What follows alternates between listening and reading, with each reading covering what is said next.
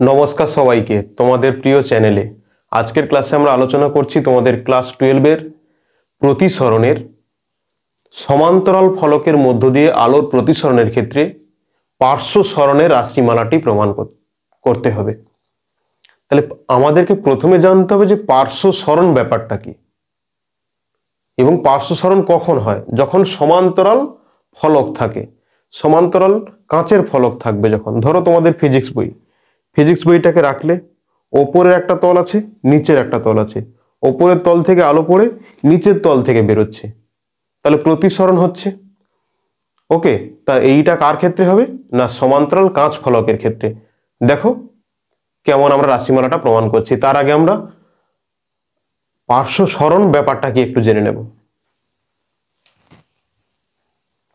তাহলে এর জন্য একটা কাঁচ ফলক নিতে হবে। কাঁচ ফলক,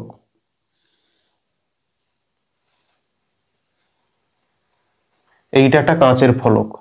কাঁচের ফলক যদি হয়, এই মাধ্যমটা কি মাধ্যম হবে? কাঁচ মাধ্যম। এইটা বায়ু মাধ্যম, এটাও বায়ু মাধ্যম। বায়ু মাধ্যমে কাঁচ ফলকটা রাখা আছে। ওকে, আচ্ছা, এখানে একটা আলোক রশ্মি এসে পড়ছে এইভাবে।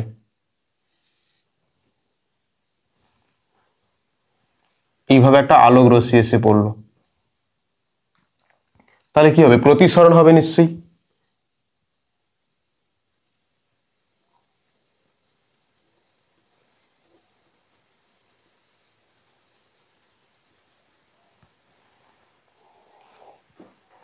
তাহলে প্রতিসরণ হবে। এবার দেখো, লঘু মাধ্যম থেকে ঘন মাধ্যমে আসছে, মানে অভিলম্বের দিকে সরে আসবে। মানে যে রেটা কেমন হবে, এইরকম ভাবে সরে আসবে এইদিকে, ঠিক। আচ্ছা, এখানে আবার প্রতিসরণ হবে, এই তলটায়, নিচের তলটাতে আবার প্রতিসরণ হবে। তাহলে আলোটা কেমন বেরোবে না, অভিলম্ব থেকে দূরের দিকে সরে যাবে।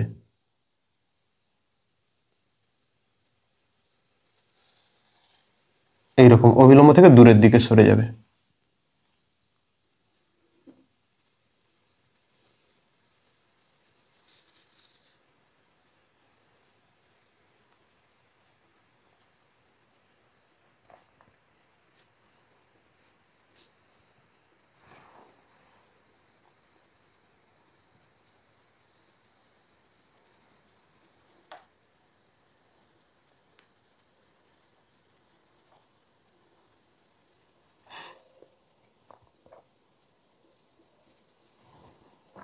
ওকে, তাহলে একটা আলোক রশ্মি এসে পড়বে কাঁচ ফলকের প্রথম তলে। যেহেতু লঘু থেকে ঘনতে আসছে, তাহলে অভিলম্বের দিকে সরে আসবে। আবার এখানে ঘন থেকে লঘুতে যাচ্ছে, মানে অভিলম্ব থেকে দূরের দিকে সরে যাবে। এই কোণটাকে আমরা বলছি I1, এই কোণটাকে বলছি R1,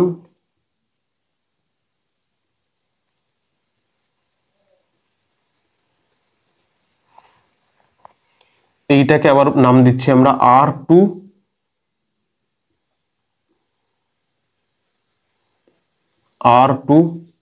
আর এইটাকে নাম দিলাম I2। ওকে, তাহলে এখানে পার্শ্ব সরণটা কোনটা? পার্শ্ব সরণ, এই যে আলোক রশ্মিটা এসছে, এ তো এইরকম ভাবে যেত,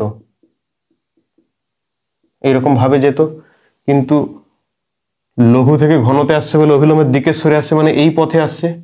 তাহলে এই পথে যাওয়া উচিত ছিল, কিন্তু এসছে কোন পথে?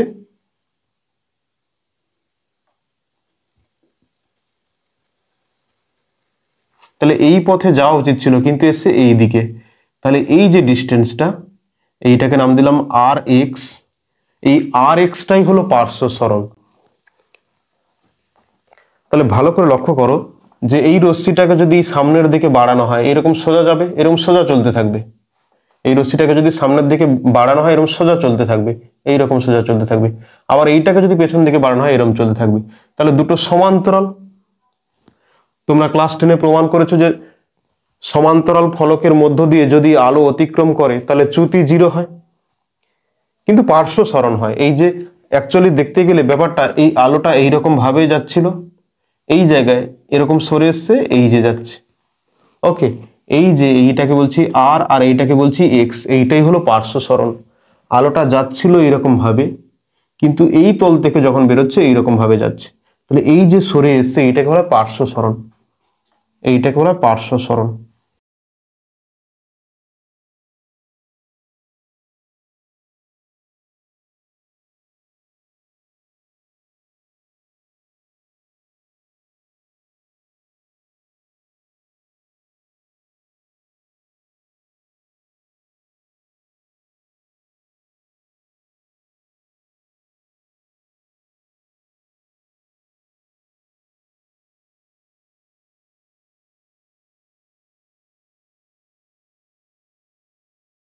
তাহলে এই নির্গত রশ্মি আর এটা হলো আপাতিত রশ্মি, ডেফিনেশনটা হবে নির্গত রশ্মি আপাতিত রশ্মির সঙ্গে সমান্তরালভাবে নির্গত হলেও পাশাপাশি বা আড়াআড়ি যে নির্দিষ্ট দূরত্ব সরে যায় তাকে বলা হয় কি পার্শ্ব সরণ।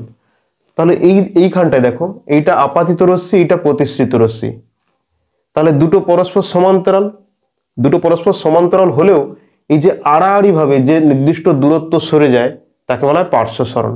চলো এখন আমরা পার্শ্ব সরণের রাশিমালাটা প্রমাণ করব। কি হবে পার্শ্ব সরণের রাশিমালা, এই ছবি থেকে আমরা প্রমাণটা করব। এটাকে আমরা নাম দিলাম এ বি তল, আর এইটাকে নাম দিলাম এম এন তল।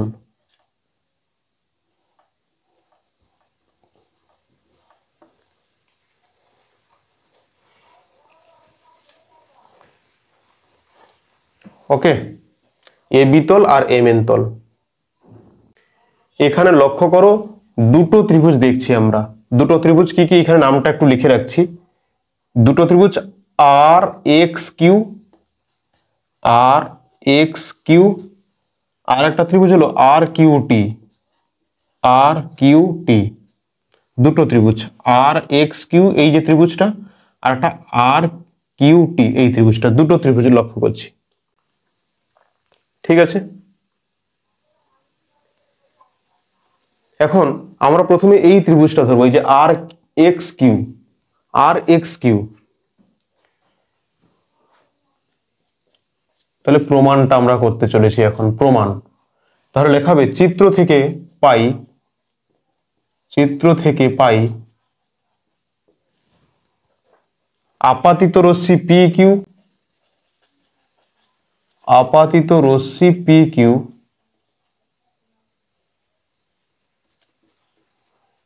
কমা আপাতন কোণ I1, আপাতন কোণ সমান I1, আর প্রতিসৃত রশ্মি, প্রতিসৃত রশ্মি কোনটা হবে আর এস, আর এস, আর প্রতিসরণ কোণ, প্রতিসরণ কোণ হবে কোনটা I2। ক্লিয়ার এই পর্যন্ত? প্রথমে আমরা লিখব কি ত্রিভুজ, ত্রিভুজ আর এক্স কিউ, আর এক্স কিউ থেকে পাই। ওকে, আর এক্স কিউ থেকে পাই। আচ্ছা এই কোণটার মান কত, এই কোণটা, এই কোণটা বলতে কোণটা দেখো আর কিউ এক্স কোণ বলছি, আর কিউ এক্স কোণ, ওইটার মান কত বলতে পারবে? আর কিউ এক্স এর মান কত? লক্ষ্য করো ভালো করে, এইটা অভিলম্ব, এইভাবে আলোটা আসছে, তাহলে এইটা যদি I1 হয় এইটাও হবে I1, এই যে ডট ডট দিয়ে যেটা দেখানো হয়েছে ওটাও হবে I1, কিন্তু আলোটা কোন দিকে যাচ্ছে? এই দিকে যাচ্ছে, তাহলে এইটুকুর মান কত হবে? আর বলছি এইটা R1, এইটা বলছি R1, তাহলে এইটুকুটার মান কত হবে? I1 minus R1। ওকে, তাহলে এখানে আমরা লিখতে পারি সাইন আর কিউ এক্স, আর কিউ এক্স সমান লম্ব বাই অতিভুজ, সাইন থিটা সমান লম্ব বাই অতিভুজ হয়। এখানে লম্ব কোনটা? এইটা আমরা থিটা হিসাবে ধরেছি, এর বিপরীত বাহুটা লম্ব মানে আর এক্স লম্ব।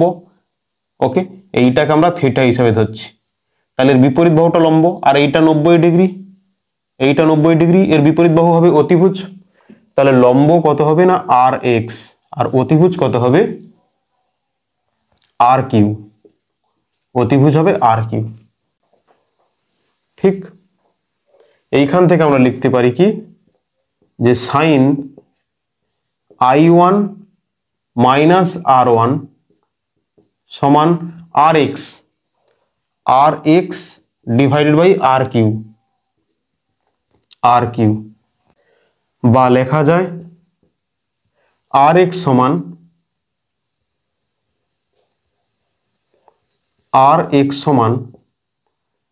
r q sine i1 minus r1। Okay, এই পর্যন্ত ঠিক আছে। rx সমান সাইন, ওকে এই পর্যন্ত ঠিক আছে।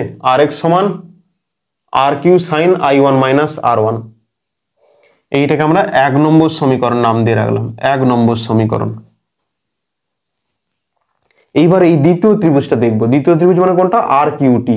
এই যে আর কিউটি থেকে ত্রিভুজ আর কিউটি থেকে পাই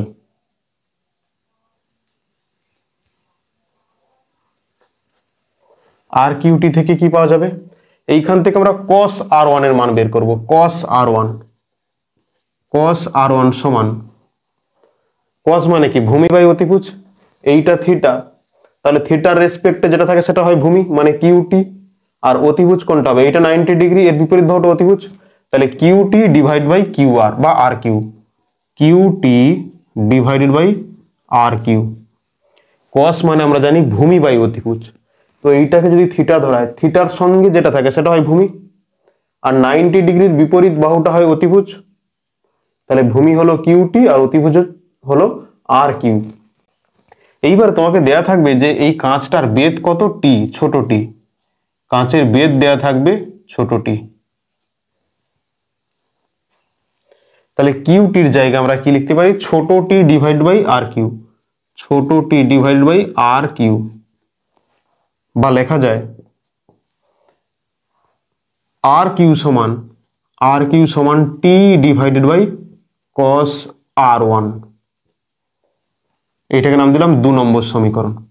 এই 2 নম্বর সমীকরণটাকে 1 নম্বর সমীকরণে পুট করব, তাহলে এখান থেকে কি পাবো? rx, অতএব rx সমান আর কিউ মানে কি পেলাম? T by cos r1, T divided by cos r1, আর এখানে কি আছে? Sine i1 minus r1। এই মানটাকে, এই যে আর কিউ এখানে পেয়েছি আর কিউ, এই আর কিউটাকে এই জায়গায় পুট করছি, তাহলে এই আর কিউর মান কত? টি বাই cos r1, আর এখানে পড়ে আছে কি? Sine i1 minus r1। ওকে, ঠিক আছে। এইবারে আমরা সাইন এ মাইনাস বির ফর্মুলা ইউজ করবো। সাইন এ মাইনাস বির ফর্মুলা কি? Sign A cos B minus cos A sine B. তাহলে এখানে আমরা লিখতে পারি এটাকে এইভাবে,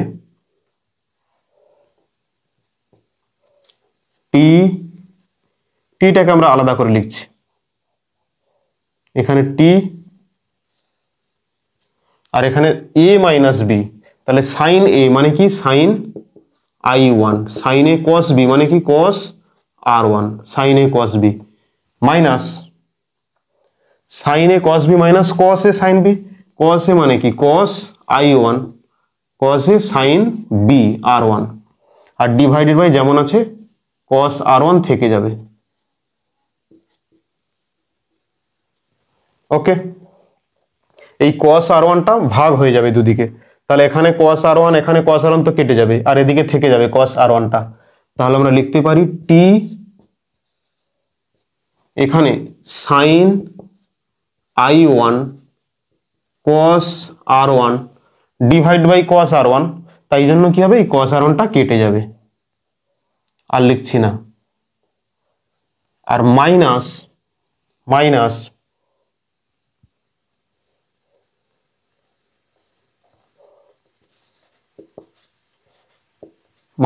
কি হবে? এখানে থেকে যাবে cos i1 sin r1 divide by cos r1,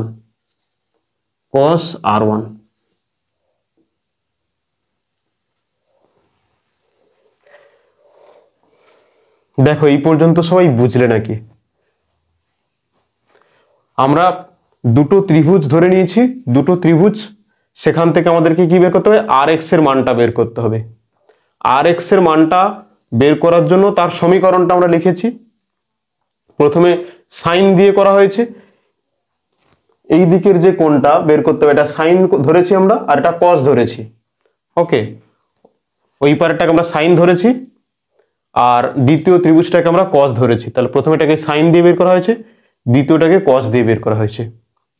ঠিক, তোমাদের প্রশ্ন হতে পারে যে এই দিকেরটাকে কেন সাইন ধরলাম, এদিকেরটাকে কেন কস ধরলাম, প্রশ্ন হতে পারে। চলো একটুখানি দেখো তোমাদের কনফিউশন দূর করার জন্য। আচ্ছা, ধরলাম এই দিকেরটাকে কস ধরা হয়েছে। কস মানে কি, ভূমি বাই অতিভুজ। ভূমি মানে আমরা কোনটা দেখছি, ভূমি মানে আমরা দেখছি কিউ এক্স, আর অতিভুজ কোনটা, কিউ আর। আচ্ছা, এই কিউ এক্স যদি আমরা বের করতে চাই, এই কিউ এক্স এর মান কি আমরা জানি? কিউ এক্স এর মান তো জানি না। তাহলে কটা রাশি অজানা আসছে দেখো, এখানে কিউ এক্স অজানা আসছে, আবার আর এক্স অজানা আসছে। অ্যাকচুয়ালি আমরা বের করতে চাই কোনটা, আর এক্স বের করতে চাই, কিন্তু কস যদি এই পার্টটাকে করা হয়, কস মানে কি, ভূমি বাই অতিভুজ। তাহলে ভূমি কোনটা পাচ্ছি, এইটা ভূমি পাচ্ছি কিউ এক্স, কিউ এক্সটা ভূমি পাচ্ছি, আর অতিভুজ কিউ আর আছে। ওকে, তো আমাদের বের করা দরকার এই আর এক্স রাশিটা, কিন্তু আমরা পাচ্ছি কিউ এক্স যদি এটাকে কস ধরি। আর যদি সাইন ধরি, সাইন ধরলে কি হবে, সাইন মানে লম্ব বাই অতিভুজ, এই থিটার বিপরীত বাহু লম্ব আর এক্স, আর অতিভুজ হলো কিউ আর। তাহলে এই আর এক্সটা পাচ্ছি, এই জন্য আমরা এদিকেটাকে সাইন ধরছি, এদিকেটাকে কস ধরছি। ওকে, এই দিকেরটাকে সাইন ধরছি, এদিকেরটাকে কস ধরছি। এইবারে তোমাদেরকে এই সমীকরণে সবাই চলে এসো। সমীকরণ দেখো, এই যেখানে এই যে আর ওয়ান যুক্ত রাশিগুলো আছে, এখানে দেখছি সাইন আর ওয়ান, এখানে কস আর ওয়ান, এই আর ওয়ান যুক্ত রাশিগুলোকে আউট করতে হবে। আর ওয়ান যুক্ত রাশিগুলোকে আউট করতে হবে। কিভাবে আউট করবে আর ওয়ান যুক্ত রাশিগুলোকে?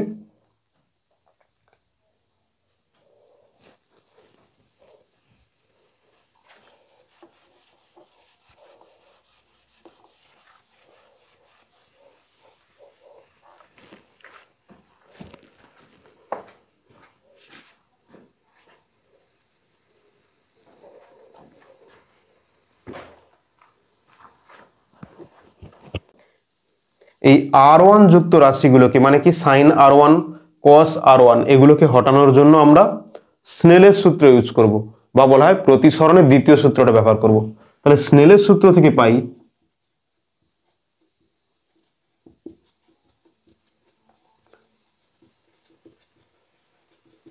স্নেলের সূত্র থেকে পাই এই দিক থেকে আলো আসছে, আর এদিকের প্রতিসরাঙ্ক কি ধরছি, মিউ এ। বায়ু মাধ্যমের প্রতিসরাঙ্ক মিউ এ, আর এটা হলো কাঁচ মাধ্যমের প্রতিসরাঙ্ক মিউ জি, আর এটাও মিউ এ। তাহলে এদিক থেকে আলো আসছে, মানে কি হবে, মিউ এ সাইন, এদিকে কি আছে আই ওয়ান, এই মাধ্যমে আলো আসছে, এই মাধ্যমে প্রতিসরাঙ্ক হচ্ছে মিউ জি সাইন আর ওয়ান। তাহলে এটাই ছিল স্নেলের সূত্র। এই দিক থেকে আসছে এই মাধ্যমে প্রতিসরাঙ্ক ইন্টু সাইন আই ওয়ান, এই মাধ্যমে যাচ্ছে এই মাধ্যমের প্রতিসরাঙ্ক ইন্টু সাইন আর ওয়ান। এবার মিউ এ বলে দিয়েছে এটা বায়ু মাধ্যম, তার প্রতিসরাঙ্ক কত, ওয়ান। তাহলে এখানে শুধু আমরা লিখছি সাইন আই ওয়ান। আর কাঁচ মাধ্যমের প্রতিসরাঙ্ক আমরা জানি, কিন্তু মান বসাবো না, তো কাঁচ মাধ্যমের প্রতিসরাঙ্ককে আমরা বলে দিচ্ছি মিউ, আর এখানে হবে কি সাইন আর ওয়ান। দেখো দুটো মাধ্যম ছিল, মিউ এ আর মিউ জি। মিউ এ কে ওয়ান করে দিয়েছি, ধরছি যে মিউ এ সমান ওয়ান আর মিউ জি সমান মিউ। তাহলে মিউ জির জায়গায় কি লিখলাম, মিউ। তাহলে এখানে কি হবে, সাইন আর ওয়ানের মান কত আসবে, সাইন আর ওয়ানের মান আসবে sine I one divided by mu. কেন আমরা আর ওয়ানের মান বের করলাম না, এইখানে এই যে আর ওয়ানের মানটাকে হটাবো, সাইন আর ওয়ানের মান ডাইরেক্ট এই মানটা এখানে পুট করব। এবার সাইন আর ওয়ান তো বেরোলো, কিন্তু এখানে কস আর ওয়ান পড়ে আছে। তাহলে আমরা জানি sine square theta plus cos square theta সমান ওয়ান। আমরা জানি sine square theta plus cos square theta সমান ওয়ান। ওকে, আমাদেরকে আনতে হবে কি, কস থিটা। তাহলে কস থিটা যদি বের করতে হয়, তাহলে cos স্কয়ার থিটা সমান কি হবে 1 মাইনাস সাইন স্কয়ার থিটা, আর cos থিটা বের করতে হলে এই স্কয়ার তুলে দিয়ে এদিকে রুট করতে হবে।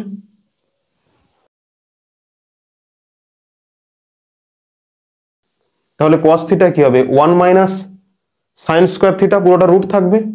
তাহলে এইখান থেকে আমরা লিখতে পারি এইভাবে,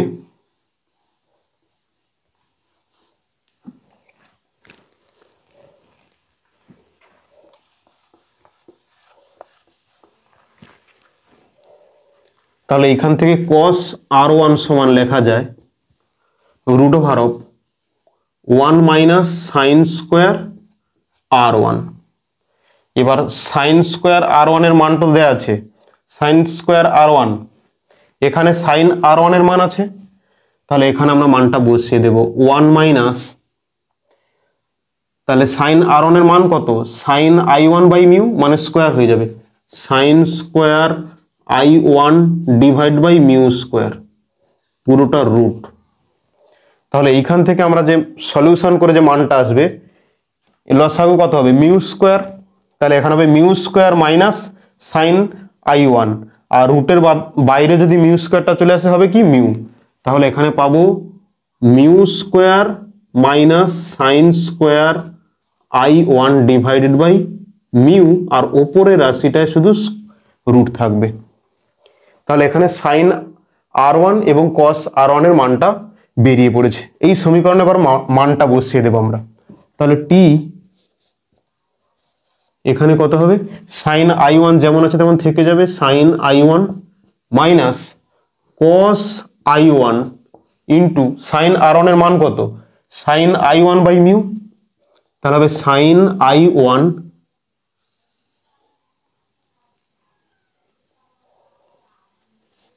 ডিভাইড বাই মিউ, আর cos r1 কি আছে root over of mu square minus sine square i1, আর এই যে নিচে মিউটা ছিল উপরে চলে আসবে। ওকে, এইবার এই নিচে মিউ আর উপরে মিউ কাটা যাবে।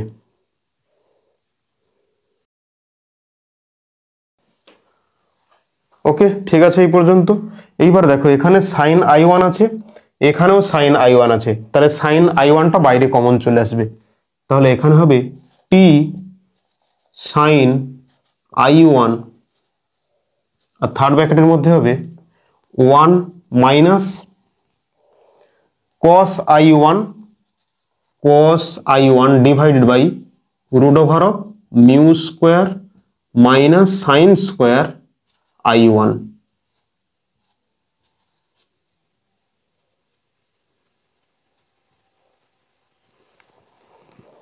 তাহলে rx এর মানটা কি পাওয়া গেল,